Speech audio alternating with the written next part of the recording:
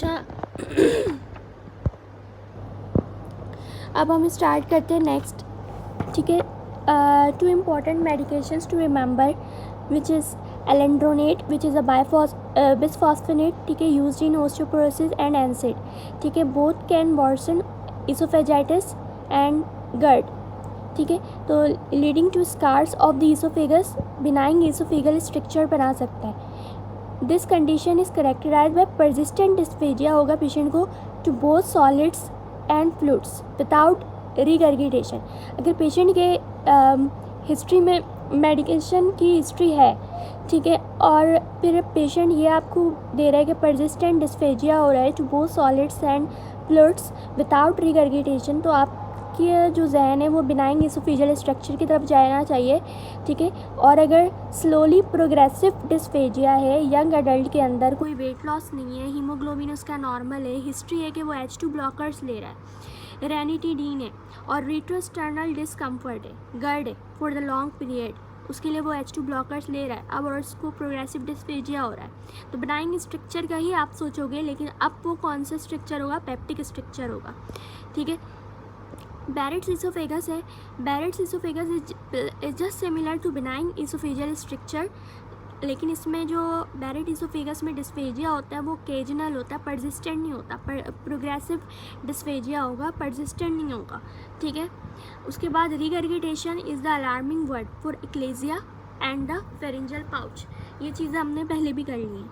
ठीक है, the letter pharyngeal pouch के कुछ और अदर स्पेसिफिक फीचर्स होते हैं, बार बार ये चीज़ें रिपीट की गई इसमें ताकि ये बिल्कुल याद हो जाए। हेलिटोसिस होगी, गगलिंग साउंड होगा, ठीक है, लम्प इन द थ्रॉट है, नेक बल्जिंग है, और ये सारी चीज़ें। एक्लेजिया बिसाइड्स रिगर्गिटेशन पेशेंट के साथ रेस्पिरेटरी ट्रैक के सिम्टम्स होंगे, chest infection due to regurgitation, aspiration, pneumonia.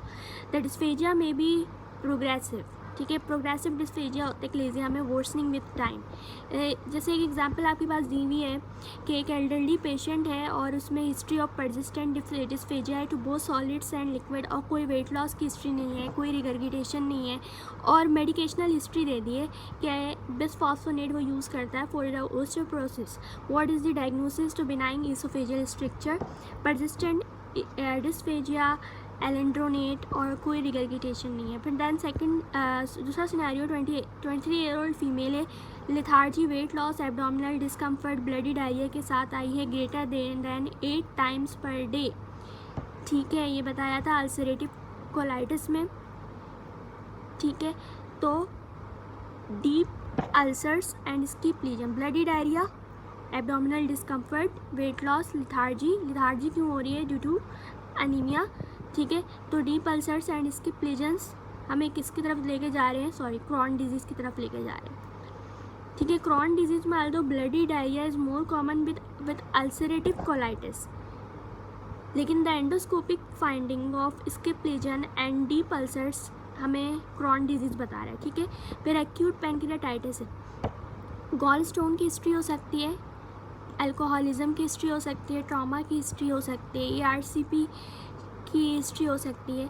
ठीक है, और अपर एब्डोमिनल पेन के साथ पेशेंट प्रेजेंट करेगा जो कि बैक की तरफ रेडिएट करेगी, और रिलीफ बाय सिटिंग और leaning forward, plus nausea vomiting होगा, टेंडरनेस होगी, टैकीकार्डिया, शॉक, पेरी अम्बिलाइकल ब्रूजिंग जिसको कुलन साइन कहते हैं, और जॉन्डिस हो सकता है।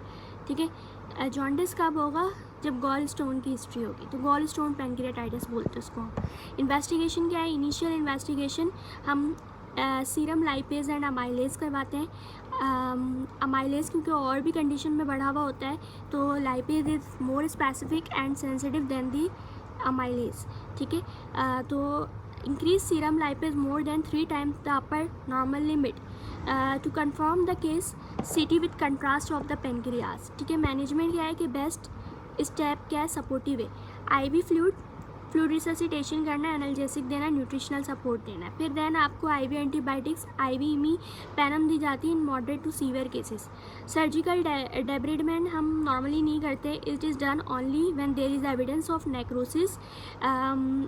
ठीक है, मिनिमल इन्वेसिव प्रोसीजर है जैसे trans gastric endoscopy and video assisted trans lumbar retroperitoneal necrosectomy आप कर दो।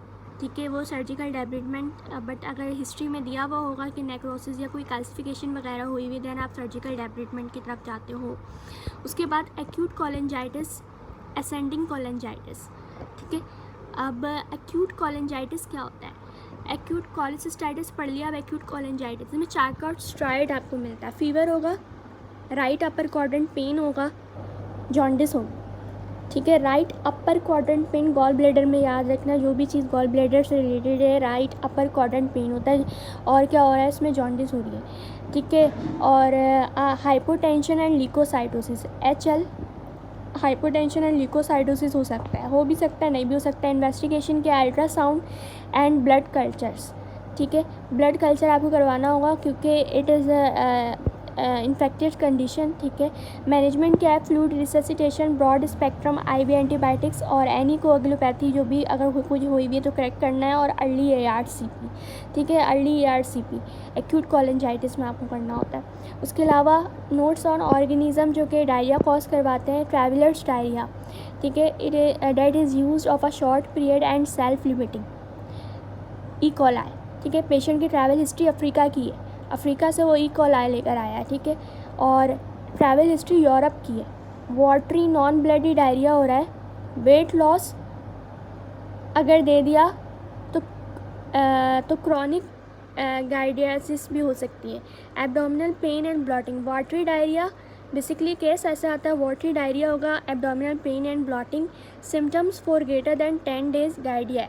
History of travel, prodrome, high fever की हिस्ट्री है, हेडेक की हिस्ट्री है, माइल्जियाज है और ब्लडी डायरिया है। आपको सोचना है कंपाइलोबैक्टर जिजिनिया, नाम खतरनाक है, सिम्टम्स भी खतरनाक हैं इसके। ठीक है, हाई फीवर है, हेडेक है, माइल्जियाज है, ब्लडी डायरिया है, कंपाइलोबैक्टर जिजिनिया। ब्लडी डायरिया कौन कौन करवाता है? कंपाइलोबैक्टर CSS होता है ना, कंपाइलोबैक्टर, शिगिला, सैल्मोनीला। ठीक है, मोस्ट कॉमन जो ब्लडी डायरिया होता है वो कंपाइलोबैक्टर जिजिनी करवाता है, देन फिर शिगिला करवा सकता है। ट्रैवलर्स डायरिया ई कोलाई करवाता है। डायरिया एंड पीडियाट्रिक्स, वायरल कौन सा है? रोटा वायरस है। Diarrhoea plus weakness plus air reflexia हो रहा है। GBS, गुलेन बार सिंड्रोम। ठीक है, दिस इज इम्पॉर्टेंट, CNS का आपको दे दिया, आपने न्यूरो में GBS पढ़ा होगा। डायरिया प्लस रिनाल इम्पेयरमेंट हो रही है, हीमोलाइसिस हो रही है, haemolytic uraemic syndrome. Diarrhoea then फिर राइट अपर क्वाड्रेंट पेन हो रहा है, अमीबा। ठीक है, वाटरी डायरिया आफ्टर क्रैम्पिंग और long travel in Europe, cramping bloating की हिस्ट्री दे दी, वाटरी डायरिया, गाइडिया। ठीक है, आफ्टर लॉन्ग टर्म एंटीबायोटिक के बाद डायरिया हो रहा है। क्लॉस्ट्रीडियम डिफिसिल जो कि सूडो मेम्ब्रेनस कोलाइटिस करवाता है। इसके लिए हम जो ट्रीटमेंट देते हैं वो oral vancomycin is the first line, या ओरल मेट्रोनिडाजोल दे सकते हैं which is the second line. Diarrhoea after eating eggs और चिकन, सैल्मन। ठीक है, diarrhoea just after a meal, staphylococcus toxin. ठीक है, ये फूड पॉइजनिंग वगैरह करवा सकता है। Diarrhoea in bedridden patients, जैसे handicap with stony hard stools, faecal impaction. ठीक है, सिनेरियो है कि mass has been remove from the caecum right side, histopathological report पे transmural infiltration with lymphocytes and granulomas मिले without necrosis, that is Crohn disease. Notes on Crohn disease क्या है कि Crohn disease जो है वो ileocaecal junction right iliac fossa से start होता है। हिस्टोलॉजी पे क्रॉन डिजीज़ पे increase goblet cell, granuloma, transmural inflammation मिलती है। Endoscopy of Crohn disease, skip lesion cobblestone appearance and the deep ulcer, transmural, small bowel enema में रोज thorn ulcer, Kantor string sign fistula. ठीक है, scenario है 55 year old women है, severe abdominal pain के साथ आई है, radiates to the back for the 1 day, plus nausea है, वॉमिटिंग है, टेकीकार्डिया है एंड लुक्स इन शॉक। कोई फीवर नहीं है, कोई डायरिया नहीं है, हिस्ट्री ऑफ गॉल स्टोन है, एक्यूट पैनक्रियाटाइटिस। ठीक है, या गॉल स्टोन पैनक्रियाटाइटिस हम इसमें बोल सकते हैं। तो investigation is the serum lipase to confirm the diagnosis. ठीक है, note serum lipase more sensitive and more specific than serum amylase in acute pancreatitis. The most common cause of acute pancreatitis in the UK is gall stone and the alcohol. ठीक है, तो ऐसे भी आपने ये याद रखना है। अदर कॉज क्या होता है? ERCP है, ट्रॉमा है, इंक्रीज ट्राइग्लिसराइड है, हाइपरलिपिडीमिया, आपने वो निमोनिक याद की होगी ना, गेट स्मैश्ड। ठीक है, गॉल स्टोन है, होता है, इथानोल होता है, और ट्रॉमा होता है, और स्टेरॉइड का यूज़ होता है, और M4 मैल एब्सॉर्प्शन होता है, A4 ऑटो इम्यून होता है, और देन फिर हमारे पास H2 में हाइपरलिपिडीमिया है और हाइपरटेंशन है, ठीक है। और D4 ड्रग की हिस्ट्री जिसमें थायराइड वगैरह, ट्राईसाइक्लाइड, एंटी डिप्रेसेंट वगैरह आ जाते हैं। यंग एज है, then another case which is the key 22 young age है, डायरिया है, सम टाइम ब्लडी हो रहा है, क्रॉनिक एब्डोमिनल पेन है, और टेनिसमस के साथ आई है, इन्फ्लेमेटरी बाउल डिजीज़ आपने सोच लिया, ठीक है। यंग एज है, डायरिया है, ब्लडी है, सम टाइम और क्रॉनिक एब्डोमिनल पेन, तो क्रॉनिक इन्फ्लेमेटरी डिजीज़ है, तो chronic inflammatory bowel disease either ulcerative colitis या Crohn disease. Why not diverticulosis? Diverticulosis usually asymptomatic होता है अनलेस कोई कॉम्प्लिकेशन ना डेवलप हो जाए। Why not irritable bowel disease? Irritable bowel disease में कभी भी ब्लडी डायरिया नहीं होता, वाटरी डायरिया होता है, ठीक है। अच्छा, और उसके बाद चेस्ट पेन है पेशेंट को, difficulty in swallowing both liquid and solid, recurrent chest infection, achalasia आपने सोचा, dysphagia to both liquid and solid and recurrent chest infection due to aspiration pneumonia, in patient with oesophageal cancer with liver metastasis, ठीक है। Then another case is the in patient with oesophageal cancer with liver metastasis, कोई surgery नहीं करनी, end stage oesophageal cancer is inoperable, ठीक है। इतना ज़्यादा ये इंपॉर्टेंट नहीं है वैसे oesophageal cancer with liver metastasis for the final year के लेवल पर, ठीक है। हमें इसमें क्या करना होता है, how to relieve the symptom of dysphagia. फिर आप डिस्फेजिया के सिम्टम को कैसे ट्रीट करोगे, क्योंकि इसोफेजियल कैंसर में तो डिस्फेजिया हो रहा होता है। स्टंटिंग, एंडोल्यूमिनल स्टंटिंग हम कर देते हैं, ठीक है। इस इसोफेगस में स्टंट इंसर्ट किया जाता है, ठीक है। इसकी वजह से इसोफेगस जो है वो एक्सपेंड हो जाएगा और ऑब्स्ट्रक्शन ओपन हो जाएगी, तो फास्ट एंड इफेक्टिव है बट नॉट क्यूरेटिव, ठीक है। फिर देन अनदर केस है anaemia few year after gastrectomy, MCV 1110 loss of proprioception and vibration sense है, फटीक है, एक्सर्शनल डिस्निया और पैल्पिटेशन। गैस्ट्रेक्टोमी की हिस्ट्री है, पर्नीशियस अनीमिया की तरफ जहन जाना चाहिए। Pernicious anaemia loss of intrinsic factor, loss of vitamin B12 deficiency, ठीक है। देन हम इसमें जो है वो ट्रीटमेंट क्या देते हैं, पढ़ा था अभी, IM हाइड्रो ऑक्सोकोबालामाइन देते हैं, ठीक है। क्रॉनिक डायरिया है, वेट लॉस है, पेरियनल फिस्टुला है, दैन किसकी तरफ जाएगा, क्रॉन डिजीज़ की तरफ, ठीक है। Weight loss is more common in Crohn disease than in ulcerative colitis, ठीक है। Diarrhoea without blood is more common in Crohn disease than ulcerative colitis. Fistula is more common with Crohn disease but not present in ulcerative colitis. Deep ulcers होते हैं Crohn disease के अंदर, ठीक है। अच्छा, diarrhoea को थोड़ा सा और हम रिवीजन कर लेते हैं एक बार। डायरिया में क्या है कि ब्लडी डायरिया कंपाइलोबैक्टर जिजिनी करवाता है, देन शिगिला करवाता है, ट्रैवलर डायरिया इकोलाई करवाता है, पीडियाट्रिक्स में वायरल रोटा वायरस से diarrhoea, weight weakness, areflexia GBS के अंदर होती है diarrhoea plus renal impairment, haemolysis हो रही है तो हीमोलाइटिक यूरेमिक सिंड्रोम है।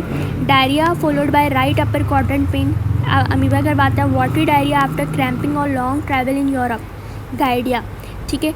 Long term antibiotic Clostridium difficile, oral vancomycin the first line, oral metronidazole the second line. Diarrhoea just after a meal, staphylococcus toxin, diarrhoea in bed ridden patient, ठीक है, faecal impaction. फिर then हम आ जाते हैं अपने वहाँ से कंटिन्यू करते हैं जहाँ से हमने छोड़ा था।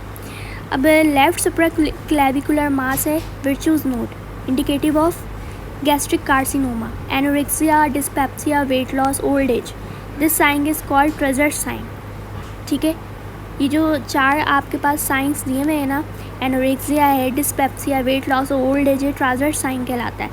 और राइट लेफ्ट सप्राक्लेविकुलर मास है तो गैस्ट्रिक कार्सिनोमा है। राइट सप्राक्लेविकुलर मास है तो आइदर वो राइट में इसोफेजियल हो सकता है, लंग कैंसर हो सकता है, हॉजकिन लिम्फोमा हो सकता है, लेकिन लेफ्ट सिर्फ और सिर्फ गैस्ट्रिक कार्सिनोमा में मिल रहा है। पेनकोस ट्यूमर है, Pancoast tumour it is a tumour of the apex of the lung, ठीक है। ये at the top end of either the left और द राइट लंग प्रेजेंट होता है और ये नियर बाय टिश्यूज़ पे स्पेंड करता है, जैसे कि रिब्स है, वर्टिब्रा हो गया। Most Pancoast tumour are non small cell lung cancer, ठीक है, NSCLC। Primary biliary cirrhosis, 3 M's आपने याद रखने। प्राइमरी बिलियरी सिरोसिस के अंदर एक एंटी माइटोकॉन्ड्रियल एंटीबॉडीज़ होती हैं, मिडल एज फीमेल होगी, IgM। फिर ये प्राइमरी है ना, तो प्राइमरी बिलियरी सिरोसिस है, तो इसमें आपने 3M याद रखना है, anti mitochondrial antibodies, middle age female, IgM। Others condition में क्या हो सकता है, प्राइमरी बिलियरी सिरोसिस में प्यूराइटिस हो सकता है क्योंकि बिलिरुबिन बढ़ा हुआ होगा, स्किन एक्सकोरिएशंस हिस्ट्री में मिल सकती है, इंक्रीज अल्कलाइन फॉस्फेटेज ALP बढ़ा हुआ मिलेगा, जॉन्डिस। ठीक है, कॉमन एसोसिएशन जो प्राइमरी बिलियरी सिरोसिस की होती है वो जिग्रान सिंड्रोम के साथ होती है। ठीक है, फिर प्राइमरी स्क्लेरोजिंग कोलेंजाइटिस है, डायग्नोज बाय ERCP से हम इसको डायग्नोज करते हैं। Common association inflammatory bowel disease जिसमें अल्सरेटिव कोलाइटिस आ जाता है। It is a very important point, ये काफ़ी मरतबा टेस्ट में पूछा है। ठीक है, अदर आर मोर और लेस फेमिलियर, जैसे प्यूराइटिस है, जॉन्डिस है और ALP इंक्रीज़ हुआ हुआ है। ट्रीटमेंट हम दोनों में क्या करेंगे कि बिलिरुबिन बढ़ी हुई है तो यूरसो डिऑक्सीकोलिक एसिड और कोलेस्ट्रामीन देते हैं। ठीक है, तो आपने याद रखना है प्राइमरी बिलियरी सिरोसिस में 3M's होते हैं और स्क्लेरोजिंग कोलेंजाइटिस को डायग्नोज किस तरह किया जाता है, एसोसिएशन किस चीज़ के साथ है और ट्रीटमेंट क्या दिया जा रहा है। Important differentials, middle age women है, फीमेल है, एबनॉर्मल LFTs है, सेकेंडरी एमेनोरिया है और presence of auto immune disease, example hypothyroidism है। आपने ऑटो इम्यून हेपेटाइटिस सोचना है क्योंकि इसमें ALP नॉर्मल होता है या माइल्डली इंक्रीज़ हुआ होता है। ठीक है, जबकि बाकी केसेस में हम ALP जो है हेपेटाइटिस के केस में ALP बढ़ा हुए देखेंगे, ये हम पढ़ चुके हैं अभी। History of heavy alcohol consumption है, plus signs of liver disease है, सिरोसिस है, ascites, haematemesis, jaundice, hepatomegaly, spider naevi बना हुआ है, AST to ALT रेशो 150:70 का डिफरेंस है, gamma glutamyl transferase also increase, तो अल्कोहलिक लीवर डिजीज़। ठीक है, फिर केस सिनेरियो हमारे पास है कि एक एल्डरली फीमेल है with multiple liver metastasis secondary to colon cancer, drowsy cachectic है और एब्डोमिनल पेन हो रहा है, जॉन्डिस हो रहा है, एसाइटिस हो रहा है और लोअर लिमेडिमा है, लो यूरिन आउटपुट ओलिगोयूरिया के साथ आई है, हाई ALP है, हाई बिलिरुबिन है, लो एल्ब्यूमिन है, माइल्डली लो सोडियम है, नॉर्मल यूरिया है, क्रिएटिनिन है, पोटेशियम है। ट्रीटमेंट क्या होगा, एल्ब्यूमिन इन्फ्यूजन। ठीक है, एल्ब्यूमिन इन्फ्यूजन हम लोग देंगे तो वो ऑनकोटिक प्रेशर को इंक्रीज़ करेगा जिसकी वजह से एक्स्ट्रा वास्कुलर फ्लूइड की शिफ्टिंग हो जाएगी टूवर्ड्स इंट्रावास्कुलर फ्लूइड और उसकी वजह से जो है वो परफ्यूजन ऑफ किडनी स्टोर होगी और फिर यूरिन आउटपुट रिस्टोर हो जाएगा। हेलीपैराडोल जो हेलोपेरिडोल हमारे पास एंटीसाइकोटिक ड्रग्स थी, तो अगर वो इसको स्मॉल डोजेज में यूज़ किया जाता है एज एन एंटी एमेटिक, और हेलोपेरिडोल क्या करवाता है, हाइपोनेट्रीमिया करवाता है। ठीक है, छोटे छोटे से पॉइंट है जो फाइनल ईयर के लेवल पे इतना ज़्यादा इंपॉर्टेंट नहीं है, बट यू शुड रिमेंबर क्योंकि ये सारी चीज़ें आपसे टेस्ट में पूछ सकते हैं। फिर ascites secondary to liver cirrhosis, क्या देना है उसमें, स्पाइरोनोलैक्टोन देना है, वेरी इंपॉर्टेंट। फिर एल्ब्यूमिन इन्फ्यूजन देना है, इज़ आल्सो बेनिफिशियल। ठीक है, एसाइटिस दिया हुआ है कि एसाइटी का केस है और सेकेंडरी टू लीवर सिरोसिस है, स्पाइरोनोलैक्टोन देना है। ठीक है, इधर सीलियक डिजीज़ हम बार चीज़ें पढ़ चुके हैं, अब दोबारा हम इस चीज़ को नहीं कर रहे। ठीक है, वही चीज़ आपके पास रिपीट हो रही है। Then another scenario for coeliac disease की कौन कौन सी कंडीशन है जो सीलियक डिजीज़ में डेवलप हो सकती हैं वो याद कर लेते हैं। Iron deficiency anaemia, the commonest anaemia in coeliac disease, folic acid second commonest anaemia and vitamin B12 third commonest anaemia. Then osteoporosis हो सकता है, T सेल लिम्फोमा जिसमें इंटरस्टिशियल लिम्फोमा हो जाता है but rare, dermatitis herpetiformis which is skin rash and diabetes type 1, diabetes mellitus type 1। Acute cholecystitis की treatment क्या होगी, स्टेबल पेशेंट है लैप्रोस्कोपिक कॉलिसिस्टेक्टोमी कर दो। नॉन स्टेबल पेशेंट है जैसे हाई फीवर, सीवियर टेंडरनेस है, लो ब्लड प्रेशर है due to gallbladder perforation, emergency laparotomy करेंगे हम। ठीक है, लैप्रोटोमी करके उसके बाद फिर जो है वो जो भी हमें मैनेज करना पेशेंट वो करेंगे। लेकिन स्टेबल पेशेंट में हमेशा लैप्रोस्कोपिक कॉलिसिस्टेक्टोमी करते हैं और नॉन स्टेबल पेशेंट में एमरजेंसी लैप्रोटोमी किया जाता है। Incidental finding of gall stone in an asymptomatic patient, reassure करोगे। और common bile duct stone in asymptomatic patient, ERCP करो या लैप्रोस्कोपिक कॉलिसिस्टेक्टोमी कर दो। ठीक है, something has to be done in CBD stone. किस सिनेरियो है, sudden onset of severe abdominal pain है, develops to severe generalised pain and tenderness, ill looking patient है, मोशनलेस है, डायफ्रेटिक है, शैलो रैपिड ब्रीथिंग चल रही है, एब्डोमिनल टेंडरनेस एंड गार्डिंग हुई है। इरेक्ट चेस्ट एक्सरे करवाया तो free air under the diaphragm दिख रहा है, ठीक है। However the diagnosis not excluded if no air under diaphragm is seen, the diagnosis will be perforated peptic ulcer, ठीक है। सीवियर एब्डोमिनल पेन होगा, परफोरेशन तो होगी भाई। अब परफोरेशन किस वजह से होती है वो आपको हिस्ट्री से पता चल जाएगा, ठीक है। Generalised abdominal pain, tenderness, ill looking patient, free air under diaphragm लिख दिया तो बस परफोरेशन का केस है, ठीक है। ट्रीटमेंट क्या है, नथिंग पर ओरल आप दोगे, give IV fluids, IV antiemetics, metoclopramide वगैरह, क्योंकि जो है वो अगर वॉमिट होती है पेशेंट को तो ये मज़ीद केस को बिगाड़ सकता है। IV analgesic, IV antibiotic. Urgent surgery करनी होगी तो correct the perforation. H pylori management, H pylori जिसको मतलब H पाइलोरी जो है वो हमारे पास गैस्ट्राइटिस करवा सकता है, गैस्ट्रिक अल्सर करवा सकता है, ठीक है, डूडेनल अल्सर करवा सकता है। तो chronic dyspepsia and indigestion, Helicobacter pylori gram negative bacteria, ठीक है, वैरायटी ऑफ GIT प्रॉब्लम से एसोसिएट होता है प्रिंसिपली पेप्टिक अल्सर डिजीज़ के साथ, ठीक है। तो हम इसको मैनेज कैसे करते हैं, triple therapy for the eradication of Helicobacter pylori, proton pump inhibitor दिया जाता है, ओमेप्राजोल ज़्यादा यूज़ किया जाता है, उसके साथ आपने एमॉक्सिसिलिन और क्लैरिथ्रोमाइसिन। टैक्स से याद रखना, प्रोटॉन पंप इनहिबिटर, एमॉक्सिसिलिन या क्लैरिथ्रोमाइसिन 7 to 14 डेज़ का ट्रीटमेंट होता है। अगर 7 to 14 डेज़ में जैसे आपके पास यहाँ पर लिखे हुए इसमें डोज फाइनल ईयर के लेवल पे याद रखने की ज़रूरत नहीं है। और ये याद रखना है कि अगर आप H पाइलोरी को टेस्ट करने जा रहे हो तो आपको 14 दिन पहले ही PPI स्टॉप करवा देना पेशेंट के अंदर, ठीक है।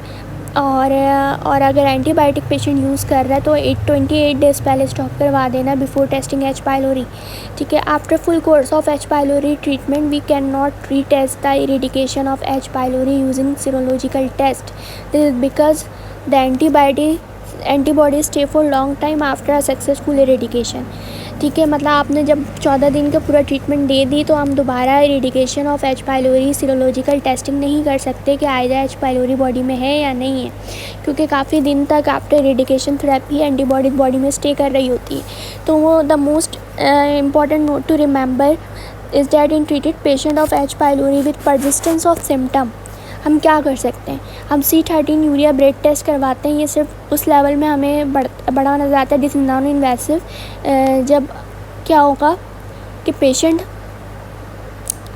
एक्टिव इन्फेक्शन के साथ हो, ठीक है। C14 not stool antigen test, ये याद रखना। C13 urea breath test is the initial test. Also the most appropriate test to ensure successful eradication is in H pylori is C13 urea breath test.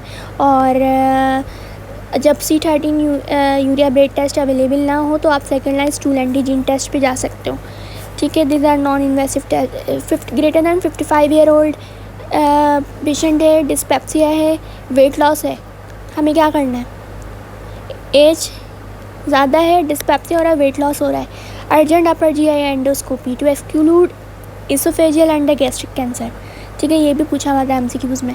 Then ulcers at various multiple sites पर हो रहे हैं और unusual sites पर हो रहे हैं और रेजिस्टेंट टू ट्रीटमेंट है। Zollinger Allison syndrome, what is Zollinger Allison syndrome, tumours मौजूद होते हैं गैस्ट्रिनोमास इन द ड्यूडेनम और इन द पेनक्रियास, ठीक है। मल्टीपल ट्यूमर्स होते हैं और ये जो गैस्ट्रिनोमास हैं वो excessive amount of gastrin release करते हैं जो कि parietal cell of the stomach को रिलीज़ करता है, स्टिमुलेट करता है और हाइड्रोक्लोरिक एसिड अपने अंदर से रिलीज़ करेगा जिसकी वजह से मल्टीपल अल्सर्स बना देता है। और this ulcers are resistant to treatment and present on unusual site oesophagus, distal duodenum, jejunum पे मौजूद होंगे और tend to recur after adequate treatment और सर्जरी, ठीक है। Due to excessive hydrochloric acid release by the stomach patient can present with watery और fatty diarrhoea. तो diagnosis हम लोग ज़ोलिंगर एलिसन सिंड्रोम कैसे करते हैं, फास्टिंग गैस्ट्रिन लेवल या सिक्रीटीन स्टिमुलेशन टेस्ट करते हैं, ठीक है। सिक्रीटीन क्या करता है, बेसिकली जब हम सिक्रीटीन देते हैं तो सिक्रीटीन क्या करता है, गैस्ट्रिन को मतलब कि इनहिबिट करवा देता है, ठीक है। और फास्टिंग गैस्ट्रिन लेवल हम चेक करते हैं तो वो हमें बड़ी में नज़र आएगी। तो पेशेंट ज़ोलिंगर एलिसन सिंड्रोम में abdominal pain, chronic diarrhoea, dyspepsia, weight loss, GI bleeding के साथ आ रहा है तो आपने सोचना है कि ज़ोलिंगर एलिसन सिंड्रोम हो सकता है।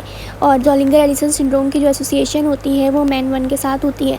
जैसे एक केस सिनेरियो आपके पास दिया हुआ है कि patient has recently receive a full course of H pylori eradication, now present with burning retrosternal pain for a few days.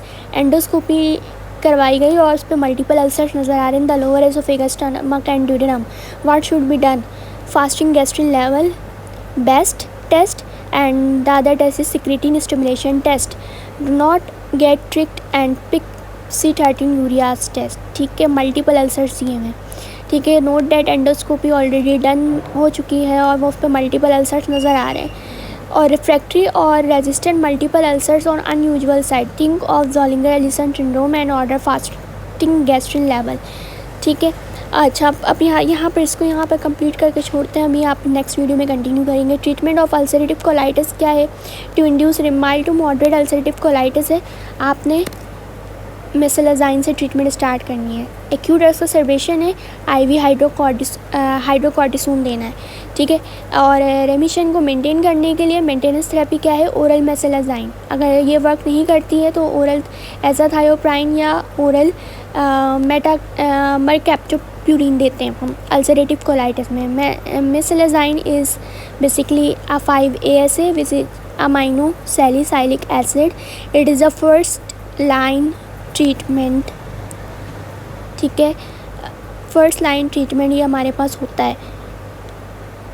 Rectal मेसलाज़िन हम माइल्ड टू मॉडरेट में देते हैं और मेंटेनेंस के लिए ओरल फॉर्म देते हैं। ठीक है, जिसमें हमारे पास अमाइनो सैलिसाइलिक एसिड आता है। अगर सैलिसाइलिक एसिड काम नहीं कर रही तो ओरल एज़ाथायोप्राइन या ओरल मरकैप्टोप्यूरिन देना है। Treatment of choice oral Crohn disease में क्या है? First line is oral prednisolone, बताया था। सीफोकॉर्टिकोस्टेरॉइड आपने याद रखना है। अगर ये काम नहीं कर रही तो हम मेसलाज़ाइन चूज़ कर सकते हैं। तो उसके बाद सेकंड क्या है कि ओरल प्रेडनिसोलोन आपने दिया। सेकंड क्या है? ब्यूटेनोसोनाइड आपने दिया। अगर दोनों नहीं ऑप्शन में तो मेसलाज़ाइन आपको पिक करना। रिमिशन जो है वही है ओरल एज़ाथायोप्राइन या फिर हम मरकैप्टोप्यूरिन से करते हैं, जो हम उसमें भी कर रहे थे। अल्सरेटिव कोलाइटिस में भी रिमिशन हम इन्हीं से कर रहे थे। ठीक है, वैसे अब सीवियर अल्सरेटिव कोलाइटिस हम कैसे डिसाइड करते हैं? 6:30-90 greater than 6 bowel movement, 30 greater than 30 ESR greater than 90 heart rate and temperature mild fever होगा, anaemia, low haemoglobin, IV hydrocortisone दे देंगे। तो हमारे पास केस दिया हुआ है कि हिस्ट्री ऑफ इंडाइजेशन और long history of NSAID use है। इनटेक है, sudden onset of severe abdominal pain है, abdominal rigidity, absent bowel sound है, लाइंग मोशनलेस। ठीक है, आपको चेस्ट एक्सरे अभी नहीं बताया हुआ, लेकिन abdominal rigidity, severe abdominal pain and then NSAID use से आप इरोसिव केस की तरफ जा रही है। ठीक है, पॉइंट तो परफोरेटेड पेप्टिक अल्सर है। तो अब यूज़फुल क्या है? इन्वेस्टिगेशन चेस्ट एक्सरे आप करवाओगे, erect chest X-ray, gas under diaphragm मिलेगा। तो primary diagnostic investigation is the upper GI endoscopy. It can diagnose and look for the source of bleeding and can stop it. तो endoscopy basically बहुत diagnostic and therapeutic. ठीक है, treatment हम क्या करते हैं इसके अंदर? Perforated peptic ulcer, IV fluid, analgesic, antiemetic, antibiotic देना है और अर्जेंट सर्जरी करना है। सेलिएक डिजीज़ की ट्रीटमेंट क्या है? Gluten free diet. Remember, before performing investigation for coeliac disease आपने पहले स्क्रीनिंग टेस्ट करना है। स्क्रीनिंग टेस्ट पॉजिटिव आ जाता है फिर बायोप्सी करना है। ये नहीं कि आपने फ़ौरन बायोप्सी कर देना। और बायोप्सी करने से पहले 6 वीक्स बिफोर आपने जो है वो ग्लूटेन स्टार्ट करवाना है पेशेंट के अंदर। देन हम नेक्स्ट वीडियो में हेरिडिटरी हीमोक्रोमैटोसिस से स्टार्ट करते हैं।